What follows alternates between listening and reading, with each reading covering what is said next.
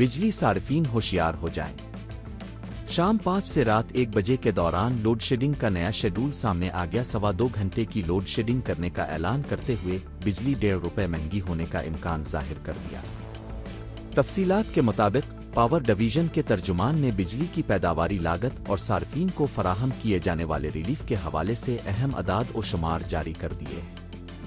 ترجمان نے بتایا کہ جولائی تا فروری بجلی صارفین کو مجموعی طور پر 46 ارب روپے کا ریلیف پہنچایا گیا ہے، جبکہ عالمی مارکیٹ میں ایندھن مہنگا ہونے کے باوجود بہتر حکمت عملی سے بجلی کی قیمت میں 71 پیسے کمی لائی گئی۔ ترجمان پاور ڈویژن نے واضح کیا کہ حکومت کو اس وقت پیک آورز میں بجلی کی کھپت میں اضافے کا بڑا چیلنج درپیش ہے۔ اس صورتحال سے نمٹنے اور مہنگے ایندھن کے استعمال کو کم کرنے کے لیے فیصلہ کیا گیا ہے کہ شام 5 بجے سے رات 1 بجے کے درمیان روزانہ اوسطاً 2.25 گھنٹے بجلی بند لوڈ مینجمنٹ کی جائے گی۔ ترجمان کا کہنا ہے کہ اگر یہ لوڈ شیڈنگ نہ کی گئی تو بجلی کی قیمتوں میں ₹3 فی یونٹ تک مزید اضافہ ہو سکتا تھا۔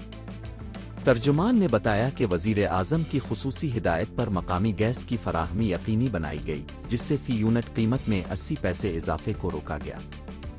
ترجمان نے خبردار کیا کہ اگر بروقت انتظامی اقدامات اور ترسیلی نظام میں بہتری نہ لائی جاتی تو بجلی کی قیمتوں میں 5 سے ₹6 فی یونٹ تک اضافہ ہو سکتا تھا۔ تاہم فرنس آئل کا استعمال محدود کرنے کے باوجود صارفین کو ₹1.5 فی یونٹ اضافے کے لیے تیار رہنا ہوگا۔